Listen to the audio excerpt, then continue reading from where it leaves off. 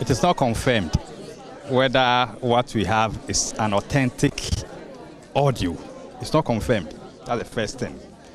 And the second thing is that the Attorney General is very resolute, very firm, very healthy, undertaking his duties as an Attorney General. He's currently out of jurisdiction, and very soon he'll be back to continue his duties as an Attorney General of the Republic. Oh, we are in court, and cases of this nature are fought in court. We have closed our case in that matter. The first accused person has closed his case. The third accused person is in the witness stand undergoing cross-examination. So that's where our focus is. The NDC wants him to resign or recuse himself. What do you say to that? There is no basis, my brother. But do you think their release or the audio will affect? The audios have, if there are any, have nothing to do with what we are doing in court. And the judge yesterday made it known to all of us that what we are doing in court is different from what we are doing in the public space. That's political. Our focus is to do what we are supposed to do in court for it to get to the end of this matter. You've indicated that you are yet to authenticate that audio recording, but really, did your boss ever have any conversation via telephone with the third accused? It is not in doubt. We issued a statement, and within the week, you've heard our spokesperson, very true, circumstance that led to that kind of conversation, and then we think nothing untoward was said, as I speak now. That may be the view of other people, but not my view. Oh, we should all stay committed to the cause of the Republic. We must make sure that we protect the public purse. It matters not who is involved. If there's anything untoward, we must make sure that we support the prosecutors to come to conclusion on matters before the court. Because we represent the Republic, we represent you, over 34 million Ghanaians. It's not our own representation, so we only need your support and nothing else. Well, so you watched the tape there, but what is the issue? The issue is that the AG stays in office and he doesn't seem to be going nowhere. The NPP is insisting that he has committed no wrong, but can the AG continue prosecuting the Ato Forson ambulance case under the barrage of criticisms and growing calls for his resignation? That's a conversation we're about to have, and we're joined by two lawyers, Inusaf Hussaini and Bobby Bentil. Good morning, gentlemen. Welcome to the program. Good morning, and how are you? I'm great, thank you. Of course, Benjamin Akakpo is here. So we have Kweku Paintel joining okay. the conversation. And of course, Inusaf Hussaini as well, who is also a member of the NDC. But gentlemen, I think I'll start the conversation with Kweku Paintel, situating it. You followed this conversation so far. I've heard you speak on it maybe once or so. With what you have come to know, the tape and the speculation and some security analysts saying, yes, it is. It sounds original. Others saying, hey, let's take a look at, actually probing deeper into the matters. The MPP has come out to say the AG has done no wrong. But let's situate the conversation from what information we have so far and what you make of that information. Kweku Paintel. My view of this whole matter is that we have a law in this country that permits both the prosecution and the defense to go behind the scenes and reach any agreement that they could, after which they present it to the court if there's a final agreement. In between the time, all discussions are without prejudice, meaning that you can't quote me, I can't quote you.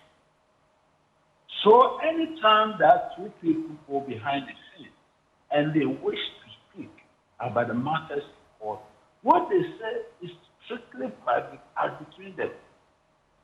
In the context of this case, it is the allegation of the accused person that while the matter was active in court, the Attorney General met them or met one of them outside the court. They had that Mr. Paintel, have you listened to the tape in question? Have you listened to that tape? I have listened to portions. Indeed, and in fact, I have concluded that whatever is seen in the tape is irrelevant as far as the court matter is concerned, because it was highly prejudicial and it was a matter that ought not to come to the notice of either the public or even the court.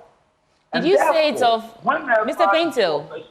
Yes. You said it's of no consequence to the case, but the Attorney General, I mean, if you listen to the tape, he was asking someone he's prosecuting or trying to plead, say something that's not true, get an excuse duty so that the case can be adjourned. Is that not of any consequence to the case? You see, you got to hear of that matter because a party to a highly without prejudice discussion leaked the content of that without prejudice discussion to the public. I'm sorry. That is about it. Okay. What I'm saying is that if the two of us meet behind the scene within the law to reach an agreement, we can negotiate from all possible angles. And in the context of this discussion, I don't want even to be sent into the merits or demerits of what I said or what the other party said. And if your question is intended to be a judgment on what either party said, that's a different matter altogether. But within the context of what we call without prejudice, the issue is that whatever the parties trade as a way of reaching an agreement, the law is that if no agreement is reached, it remains between the parties. If an agreement is reached, it is for the ears of the court. Now, what appears to be the case now is that when the parties have met behind the scenes to trade and to have a discussion on the way the case was conducted, it broke down. The negotiations broke down. And when the negotiations broke down, one party has leaked the discussion to the public to demonstrate how the other party traded. And then we are required to make a judgment on what that party traded with a view to reaching a settlement, with a view to making a moral decision as to how trading is done. But my point is that if we agree on the principles, which is that parties can meet behind scenes and trade, and what they do is strictly between the two of them. So, Kweku Painter, okay. Because therefore, if we had that meeting, I wouldn't know how many meetings they had and so forth and so on, and what each party actually traded. See, now what you're doing is that you are making the non-legal public make a judgment of the content of the party. And if you want to respond to the legal as if it was that negotiation, then Kweku Painter, your connection is breaking. It's a bit patchy. Just go back about 10 seconds, and if you can reposition yourself, then you continue with your point, please. Is that okay? It's better now. Please go ahead. Go back about 10 seconds. Yes, what I'm saying is that what the parties traded behind the scenes, I said exactly what they said.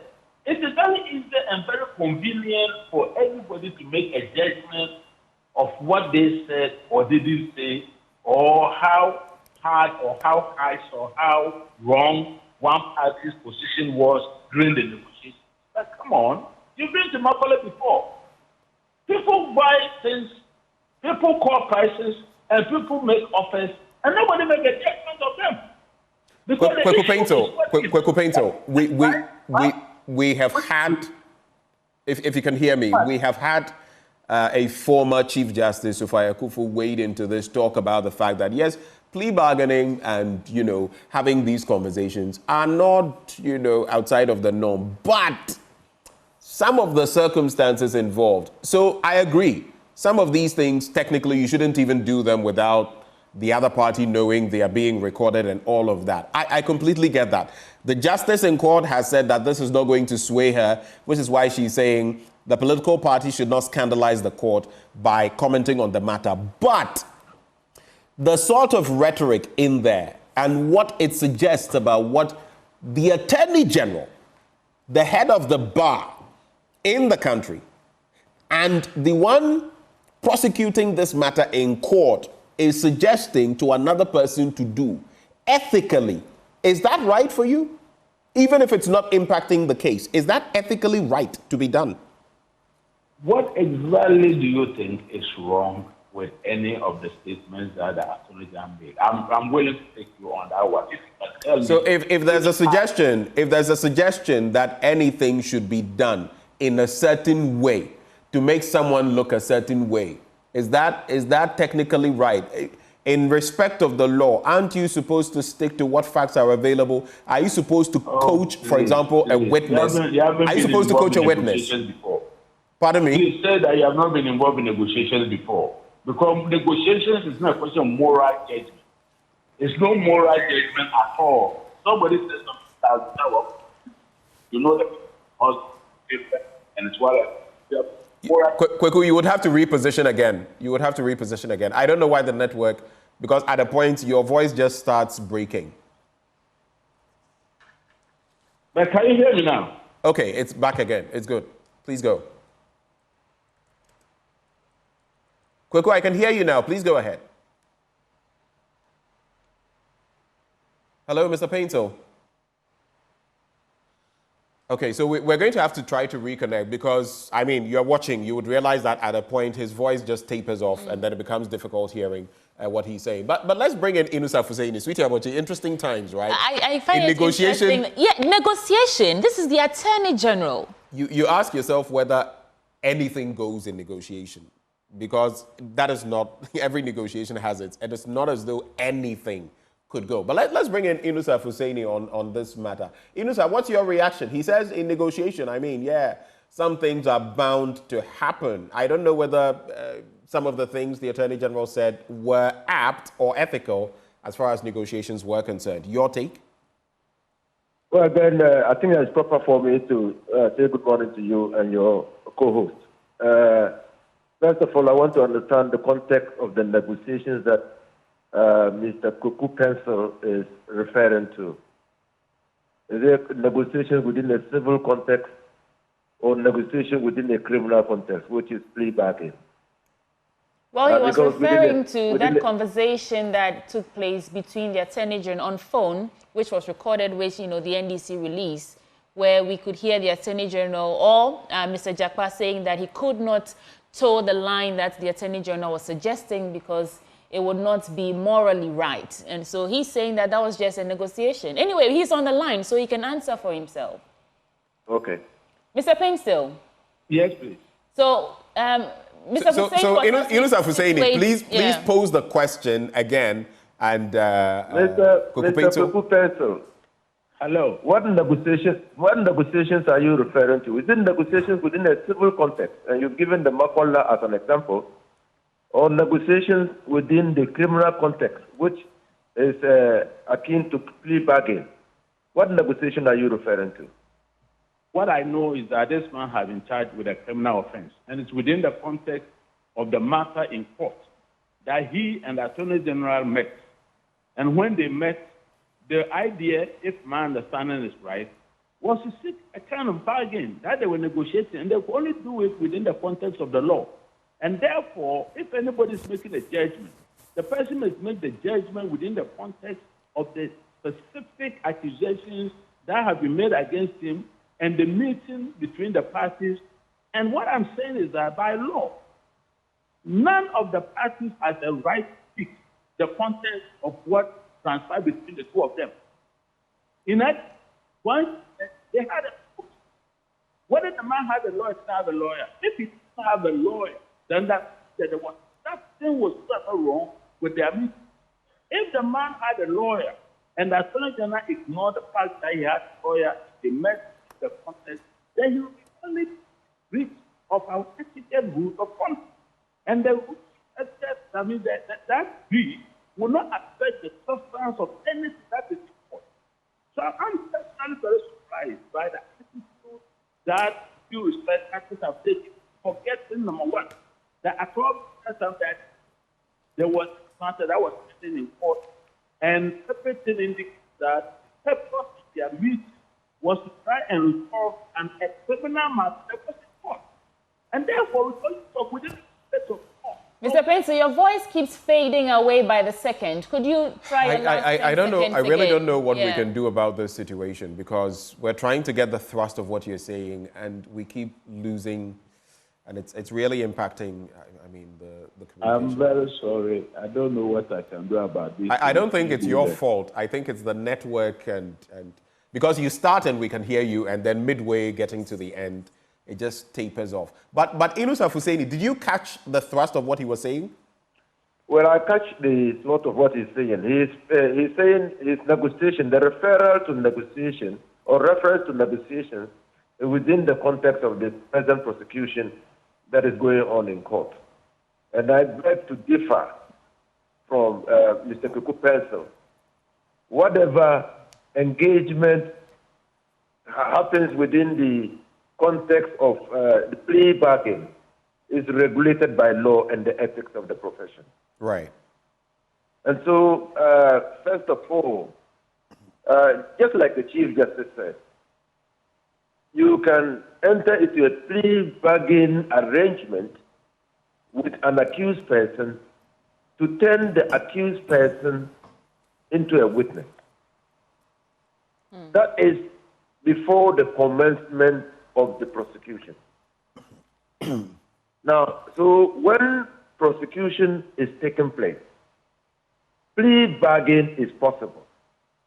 That is when the person who is being prosecuted admits to the offense and offers to pay back the money. And a two SL case is a case in point.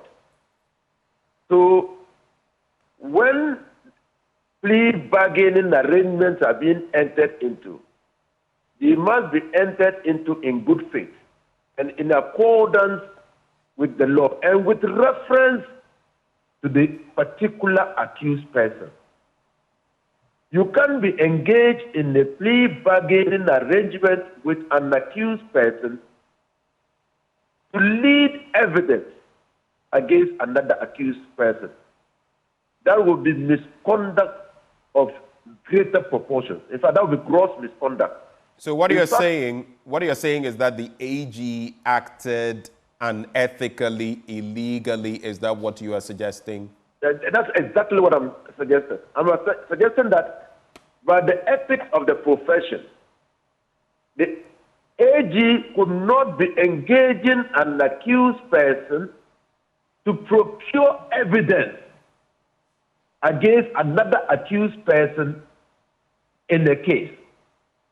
If the AG were minded to use an accused person as witness in the case, that ought to have been before the commencement of the prosecution in court.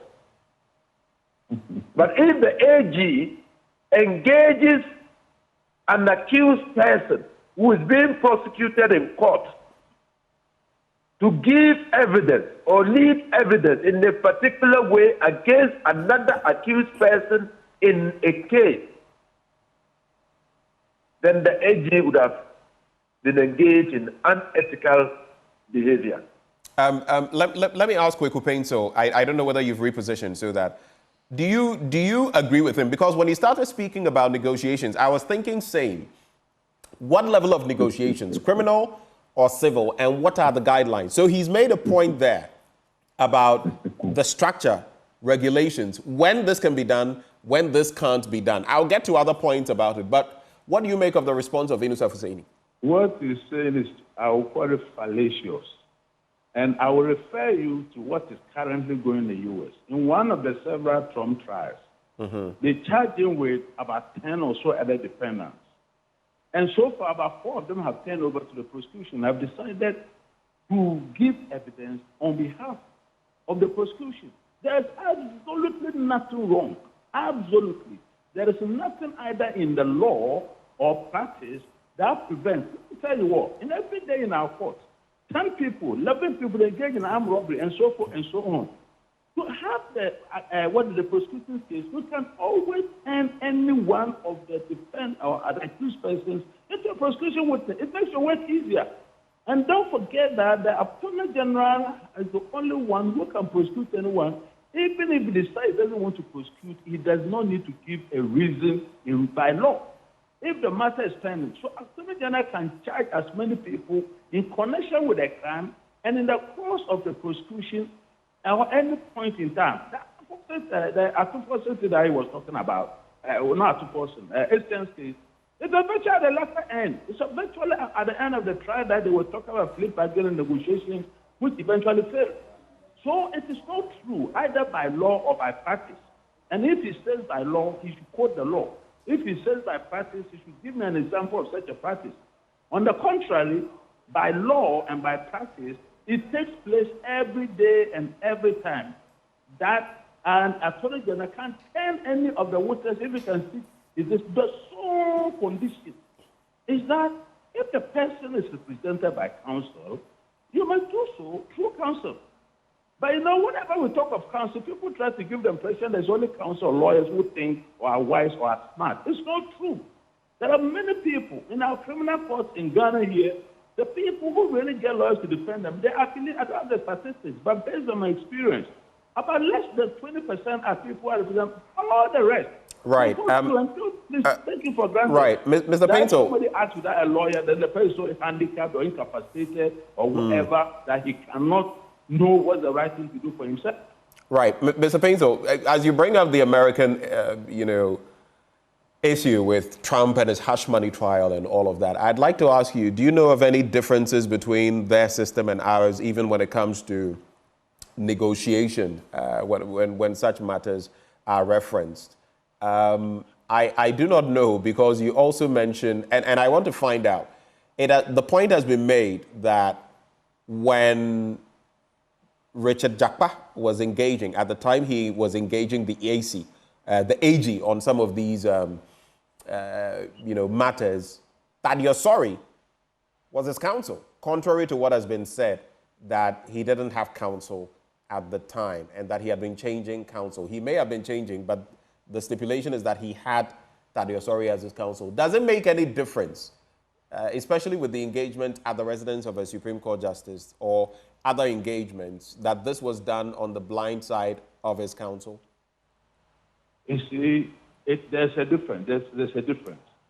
If the man had counsel to the knowledge... Inusa, let him respond and then you will come in. Sweetie Abochu will bring you in.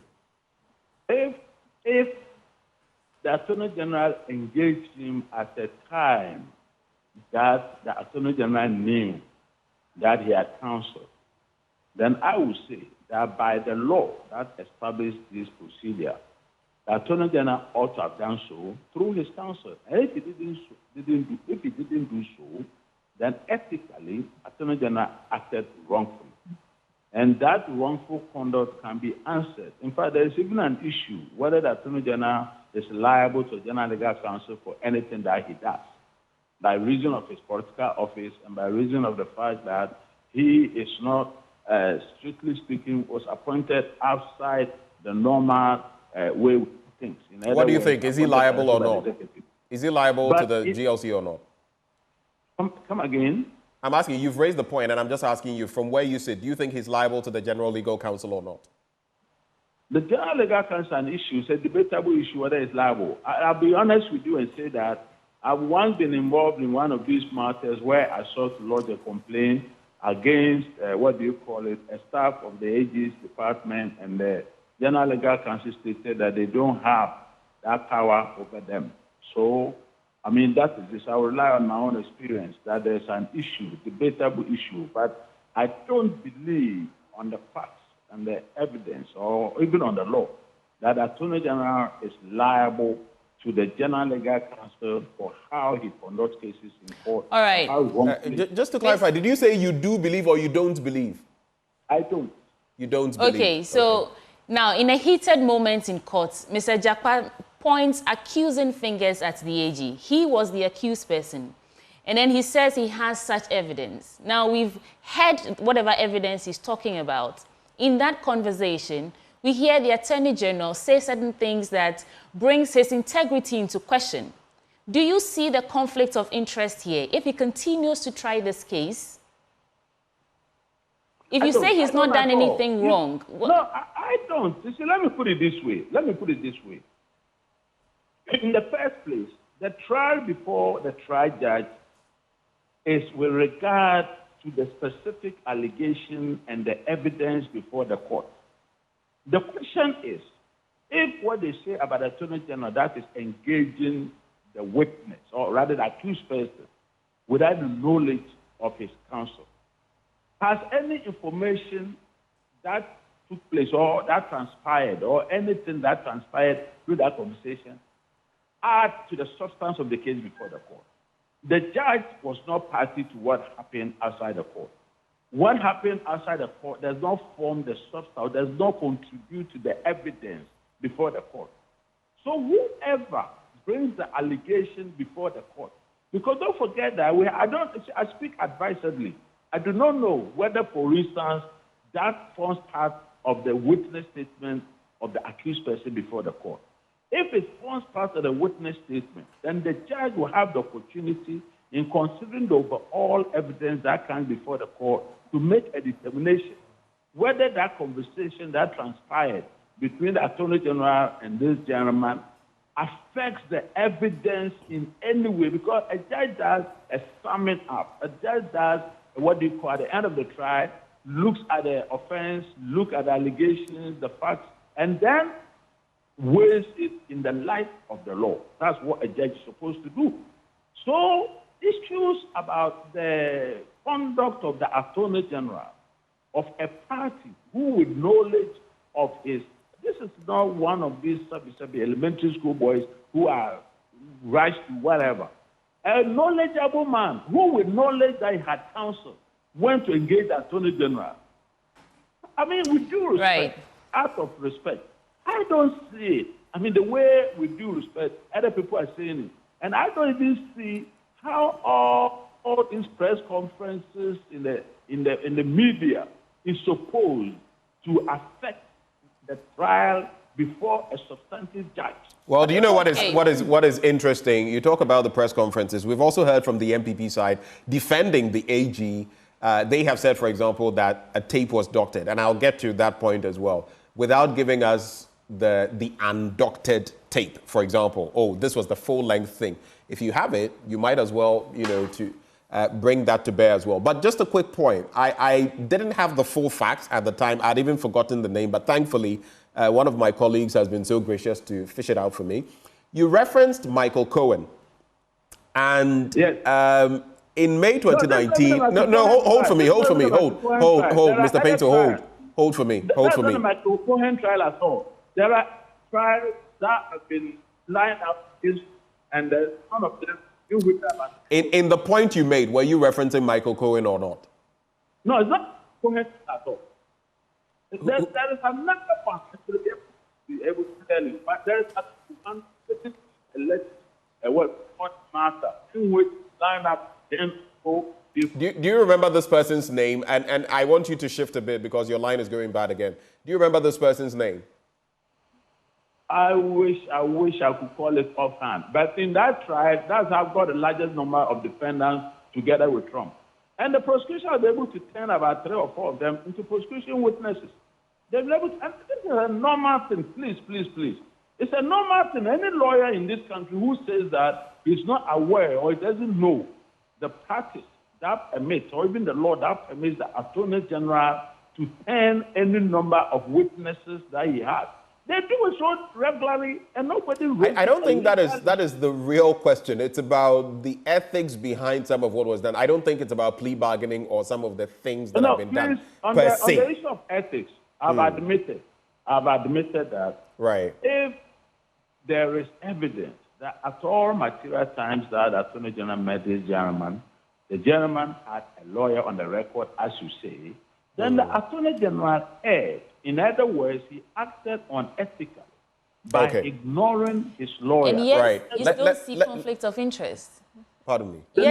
Yet you don't. You are admitting that he erred. Yet you don't see the conflict of interest there. No, madam. Please. It's a matter in court. Let's get this straight. I'm not a double-minded or double-mouthed man. Listen carefully. The context of everything that's been going on, seems to be geared towards the fact that a finding of fact that the Attorney General acted wrongfully, even let me use that, or acted unethically, ought necessarily lead to the Attorney General either resigning or being taken off the case or the accused person being discharged from the court.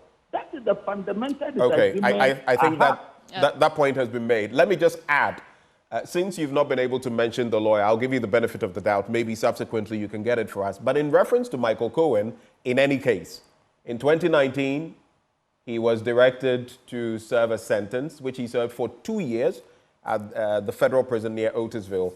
And he completed his sentence. He was also disbarred, as far as I know it. But coming to Inusaf Hussaini, sweetie, I guess we would want to find out from him as well how all of this sits with you. I mean, Mr. Painsall is saying that he doesn't see the conflicts of interest, even though ethically the Attorney General erred. How does all of it sit with you? Let me deal with the issue of his allegation that my argument is fallacious and not supported by law. If you listen to Mr. Painsall carefully, he says that an Attorney General can turn an accused person into a prosecution witness. No one disputes that. And I've not disputed that. I've stated that clearly. The Chief Justice states that clearly. The essence of that is when an accused person is turned into a prosecution witness, the person against whom is going to give evidence can then cross-examine him. Okay?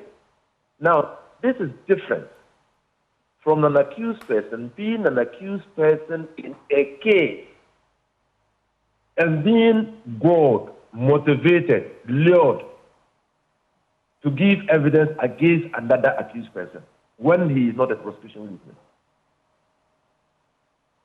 That's what is happening here, and that's what is at play.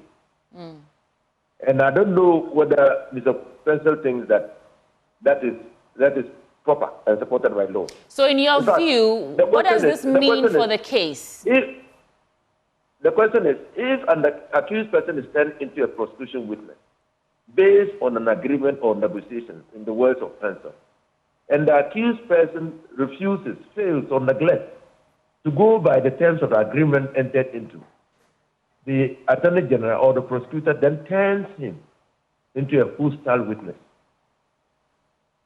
and cross-examines him. That is the practice, as I understand it, as I was taught, as I practice in the court. So I don't know how fallacious my argument is. You cannot, as state, you cannot, without turning the accused person into a prosecution witness, lure, God, or motivate him to give evidence against another accused person. That would be misconduct. Inusa, how about the fact that there's also been the suggestion that the AG himself was ambushed, that there was a bit of a setup, right? There have been some linkages drawn between the Supreme Court Justice, I've always decided not to mention the name, and the third, accused, Richard Jakpa, and that the AG then came in and found out that this person was there. There's also the tape bit and everything in between. But this ambush, does it sit well? If that were the case, how does that situate with the conversation? So we are not knowing how the ambush occurred. Who called the meeting? Do you think there was an ambush? I don't think there was an ambush. Who called the meeting? Was it the Supreme Court judge? Was it the Attorney General? Was it the third accused person? Until you know the person who called the meeting and the parties who were to attend the meeting, you can't call it an ambush, can you? Do you know who called it? I don't know. I've heard certain things, but do you know? I don't know. I see. You can share. I don't know. I don't know who called the meeting. What and again, by the rules, if a person is represented by, an accused person is represented by counsel, by the rules, and you want to engage the accused person, the prosecutor wants to engage the accused person, he must do so in the presence of his counsel. It is not for nothing that even if a caution statement is to be taken from an accused person, it must be taken in the presence of his lawyer or a witness. Okay, I think that has been established. That has been established. Because you see, the criminal prosecution touches the fundamental rights of a person. And right. at all material times that you are prosecuting a person for an alleged commission of a crime, you must be acutely aware of your responsibility to uphold his fundamental rights. Does this in any way implicate, I just want us to move from there because, I mean, that has been established. Does this in any way implicate the Supreme Court justice in question? Are there any questions for this person to answer? Some have suggested. I've heard Roxanne Nelson, Dafiamekpo, among others, speak to the issues, and others also point to the fact that this doesn't look good for that Supreme Court justice. Are you of the same sentiment? It doesn't look good for the judiciary as a whole. Yes, but let's be specific. Let's be specific. As a member of the NDC, we have been very concerned with the high number of appointments of Nana Akufo-Addo to the Supreme Court and other superior courts of judicature.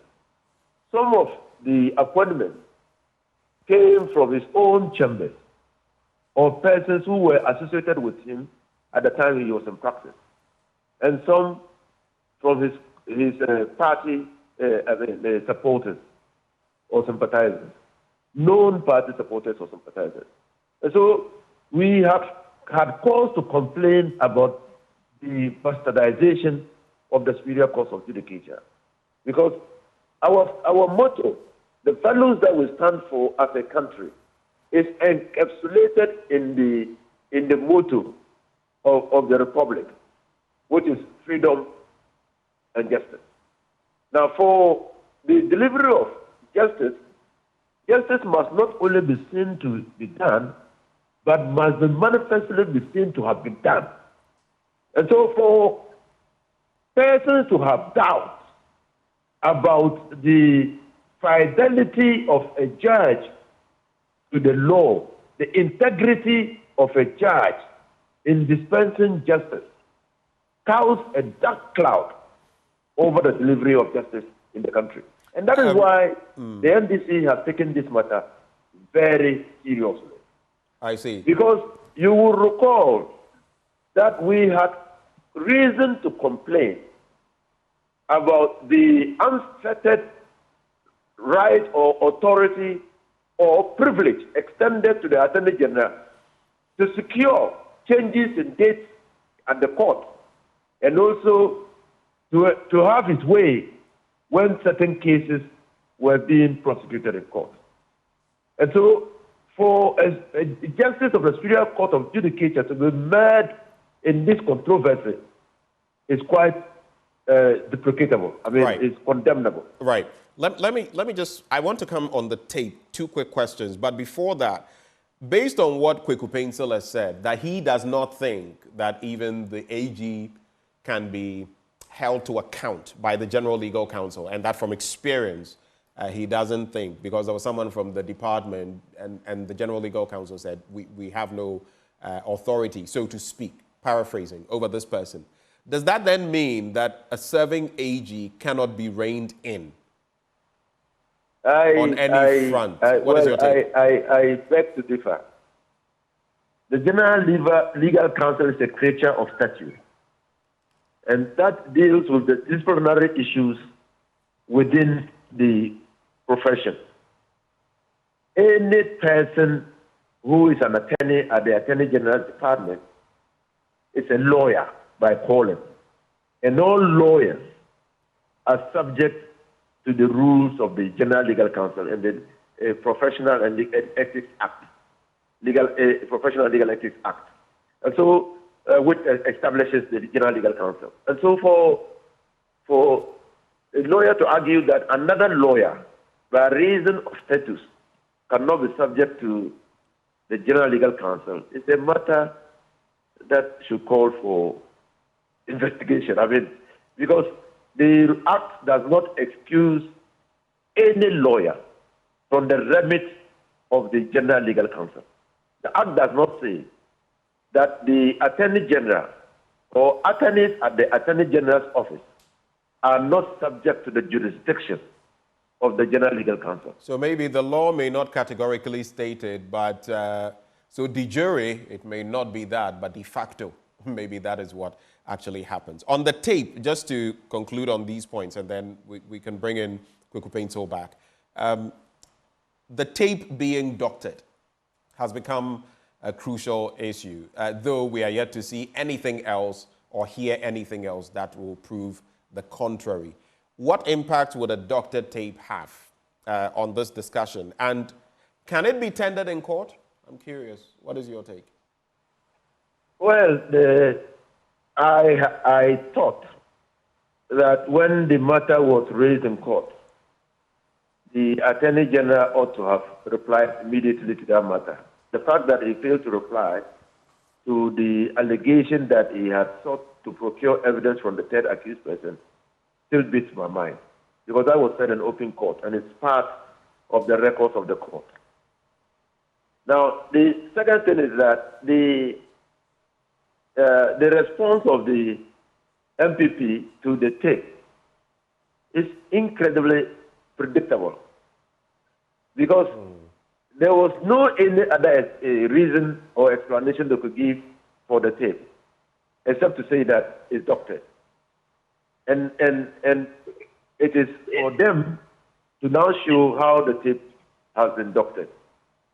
Now, the issue that I have been considering since this matter broke out is what procedure will be adopted in this particular case. If it were a civil case where there is an allegation of the commission of a crime by one of the parties, then a mini trial will be instituted to determine whether or not there was the commission of a crime.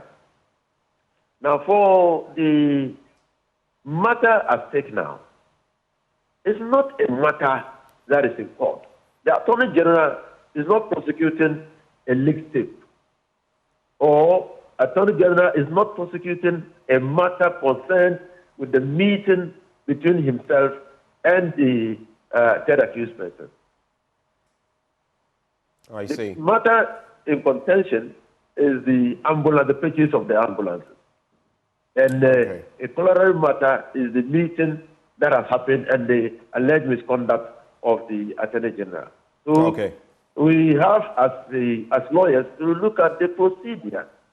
Can the High Court now constitute itself into an investigative panel to determine whether or not an illegality or a misconduct has occurred? Okay, that Mr. is the matter that we are all looking at. Right. Sweetie, we'll be taking their final thoughts shortly. Yeah. Two things I want to quickly, before you wrap up with them. One, I'm still curious about why the decision was taken not to accept the 2 million plus euros, because you can still do that and still go ahead to prosecute. Why did we do that? Was there any reason to justify that? I also get a message coming through that says, good morning. My senior Kweku Painto, and for good reason, I'm not mentioning the name of the person sending it because it's a private message. My senior Kweku Painto is referring to the January 6 accused persons, but those people had their counsels in the plea bargaining. The Justice Department in the U.S. did not ask them to twist their testimony in lieu of a favor in the trial. And that is the point that is made there. We can bring in we'll take your final thoughts before we wrap up. But I'm curious to know, Mr. Painto, I mean, there have been some discrepancies between the statement or what the Attorney General office is saying and then what we now know, that there have been some meetings and some conversations between the Attorney General and Mr. Jakpa. To date, we have not actually heard the Attorney General speak himself. Do you think that it would augur well for him, you know, for his integrity, because it's come in question, if he comes out to explain for us all to hear what he has to say about all of this, and then you can add your final thoughts? I don't think so. You know, if the Attorney General is not careful, what is going on is a trial in the court of public opinion. I mean, whilst as a politician, he may owe some obligation to his constituents to explain things to them. He's not obliged by law to do so at all, especially because there is a live and ongoing trial before a court. And matters before the court are highly without prejudice. But what difference does it make? The spokesperson for the department, Isaac Wilberforce-Mensah, has spoken to the issues. The deputy AG, Alfred Tuah-Yeboah, has spoken to it. What difference would it make if Godfred Yeboah-Dame spoke to the issues? You see, there is a danger, a very grave danger, that in trying to explain yourself in a court of public opinion, you may make or you may slip and make a statement which may have a bearing on the trial in court, which is potentially, contempt. And there's a great danger for all commentators on the matters which in the court of law, because anything that you say in the public space that would give an impression that something that is going on before the court is either true or untrue or must be believed in a particular way or not is potentially, contemptuous. And I mean, we speak all kind of things, but the careful line between what is contempt and what's not contempt is the guide to what people can say. If the Attorney General has come out to make that statement, fair enough. That is his version of the matter, as long as the integrity of the suit in court is not affected. What we are doing, everybody, the radio, whatever, is a court of public opinion. At the end of the day, it's not going to affect anything in the court. That is my personal view of what is going on now. And that is why we must all watch the way we want to speak on this matter. However, in whichever way the Attorney General engaged this man and so forth and so on, people can make their own judgment. As a lawyer, I'm entitled to make my observations or my views clear on the basis of my knowledge of the law. Now, in regard to an earlier statement I had made, the Fulton County, that was the Fulton County election subversion case. Indeed, whilst we were off, I checked, and that is the case where Trump was charged together with 18 others, and the bill of indictment was in August 2023. With your permission, I have what before me says the number of people charged makes the case unwieldy and difficult to track. Several of them, including Kenneth Chesbro, Sidney Powell, and Jenny Ellis, struck plea deals in the fall, and so forth and so on. Whether they did it with their lawyers, which is the proper and the right thing to do, my point is I totally and vehemently disagree with my learned friend's case that if you do a plea bargain, you can't give evidence against another party in the matter. No, I never said that. I never said that. Mr. Hussein, we'll come to you for your final thoughts, and then you can react to it. Let him land. Let him land his trail of thoughts. Yeah. So my final view of everything that transpired, I would say it's good for a democracy. But what's going to happen is that I wouldn't know how the Attorney General will react another time that somebody wants to engage in a plea bargain. And I will say that what transpired between the parties, however anybody describes it, was a plea bargain deal that they met to discuss.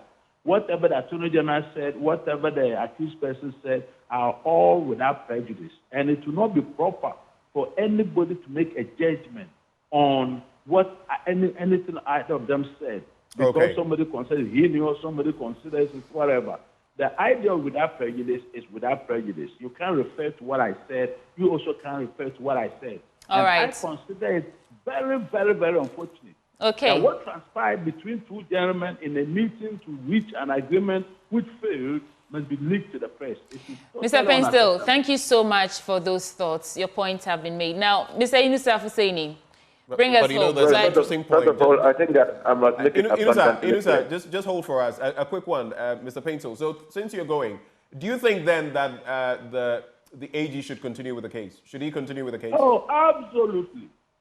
Okay, all right. You know what? That's all I wanted. The people are making. Hold it. I already said that if even the Attorney General is not liable to General Legal Counsel, he's not immune from the court. In other words, every improper allegation that can give rise to any cause of action can be brought. And Attorney General is not thank you. isolated. All right. Thank you. I just wanted Reason of clarity on that. Thank you, That is all. Mr. Painto. Inusaf Hussaini, you have the final word. Then we go. Hello, Not Mr. said Hussaini. anywhere that where a plea bargain leads to an accused person being turned into a prosecution witness, that accused person, non-prosecuting witness, cannot give evidence against another accused. I've not said it anywhere. What I've said, and I will say it again, is that it's gross misconduct to try to lure an accused person who is standing trial with other accused persons to give evidence against his co-accused.